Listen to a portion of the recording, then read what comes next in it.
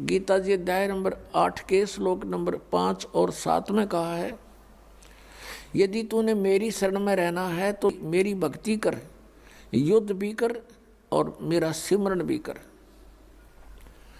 अब युद्ध से कठिन कार्य कोई नहीं हो सकता और उसमें भी मालिक को याद करने का निर्देश है। यही तरीका उस परमपिता के पाने का 8वें अध्याय के 8, 9, 10 श्लोक में गीता जी में कहा कि उस परमात्मा की भक्ति करेगा तो उसको प्राप्त होगा। उसका मंत्र 17वें अध्याय के 23वें श्लोक में बताया है, ओम तत्सत इति निर्देश ब्रह्मण त्रिविध समर्थ है। तो इस प्रकार पुण्यात्माओं, हमने अपने सदग्रंथों को आधार मान के और फिर भक्ति करनी चाहिए। वैसे धूल में लठ लगाने से कोई फायदा नहीं। अंधाधुंध कितना कुछ कर रहा है, कोई कुछ कर रहा है, धुंध डूंडा ठा रहे हैं, कोई तप कर रहा है, कोई व्रत रख रहा है, तो ये कई प्रमाण है इन साधनाओं से किसी को कोई प्राप्ति हुई। तो इस प्रकार उस सूक्ष्म वेद के अंदर परमात्मा ने बताया है, नाम उठत नाम बैठत नाम सोवत जागबे, नाम उठत नाम बैठत नाम सोवत जागबे, नाम खाते नाम पीते नाम सेती लागबे। यानी नाम का सिमरण करना है, चलते फिरते उठते बैठते भोजन खाते समय भी आप सिमरण कर सकते हैं। अब जैसे किसान के पास बहुत समय होता है, खेतों में जा रहे हैं, घूम रहा है, अपना भक्ति करता जावे, पशुओं के लिए चारा लाता है तो सिमरण करता जावे आवे, यानी सिमरण में समय अधिक लगाना होगा। अन्य जैसे शॉपकीपर हैं, दुकानदार हैं, तो वो अपनी दुकान पर बैठे हैं, ग्राहक आया, उसको डील किया, उसके बाद फ्री होते ही फिर सिमरण शुरू कर दे। लेकिन मन की आदत है, काल ने ऐसा कुछ हमारे अंदर प्रेरणा कर रखी है कि भक्ति ना करके बाकी कुछ भी कर लो, और कितने डले डोलो, कति मन हार नहीं मानता। एक समय किसी व्यक्ति को किसी उसके गुरु ने बताया कि तू जाप करवा दे, इतने जाप करवा दे, किसी मंत्र दे दिया श्लोक सा। तो उसके लिए उसने कोई और ब्राह्मण तो मिले को नहीं, उस अपने गुरु से पूछा, जी ब्राह्मण नहीं मिल रहे हैं, मैं किसी और से करा सकता हूँ? कहाँ मैं किसी से करा दे, फिर इतने मंत्र करा दे तू। वो गया वहाँ पर लेबर चौक पर। लेबर चौक पर दो व्यक्तियों से कहा, भी ऐसे ऐसे काम है, आप यहाँ क्या दिहाड़ी लेते हो एक दिन की डेली? उन्होंने बताया कि हम 15 रुपये लेते हैं।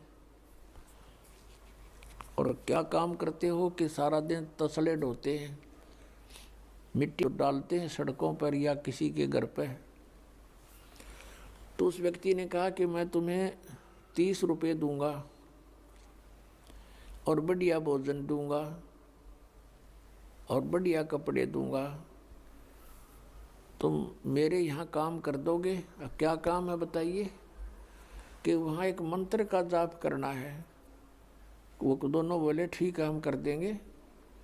और भी दूसरे कहने लगे हम भी चल पड़ेंगे, हम भी चल पड़ेंगे। वो कहने लगा भाई 2 की आवश्यकता थी, ये 2 तैयार हो लिए। उन दोनों को ले आया, उनको कहा पहले तुम स्नान करो।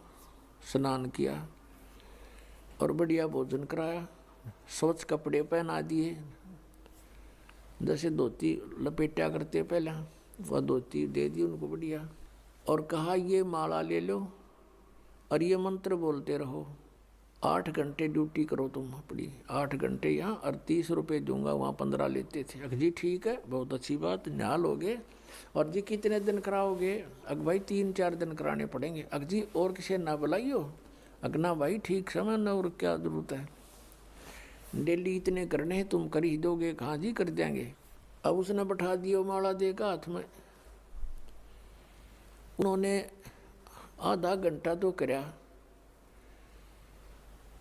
फिर 10-5 मिनट और कराया। फिर उन्हें सोची रहा तरह कर भैया कद बजेंगे 8 घंटे हुए। तो दोनों ने बोले भाई ले पकड़ तेरी माला, अरिया तेरी धोती, आप मारा बनाओ, 8 घंटे जड़ कौन बैठा रहा इसमें बंद के। वो छोड़ के सारा सामान और पैर का अपने वो कपड़े, वो लेबर चौक पा खड़े हुए, 15 रुपया में सारा दिन वो डले डोलिए, वहाँ सुख तो बैठ का मंत्र ना कराया गया। इस मन की इतनी गंदी आदत है। एक पेट के लिए आप कितनी मेहनत करते हो, पशु भी थक जाता, हमने देखा, क्योंकि दास का किसान परिवार में जन्म था।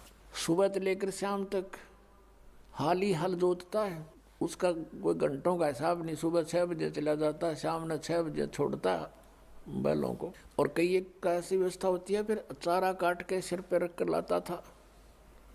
बैलों को तो छोड़ देता था, वो अपना चारा चरते थे और वो हाथ से उनकी चारा काटता था और फिर उनके लिए सारा चारा डालता था। फिर लेन देन जो घर का उसको करता है, पशु से भी ज़्यादा कार्य करता है एक पेट के लिए इंसान। और एक भगवान के लिए 10 मिनट नहीं निकालने देता, यो इतना दुश्मन है आत्मा का। तो पुण्यात्मा इसके जाल को समझना है अपने, और भक्ति भक्ति के हिसाब से होगी, जैसे भगवान ने बता रखी, अपने मनमुखी नहीं करनी।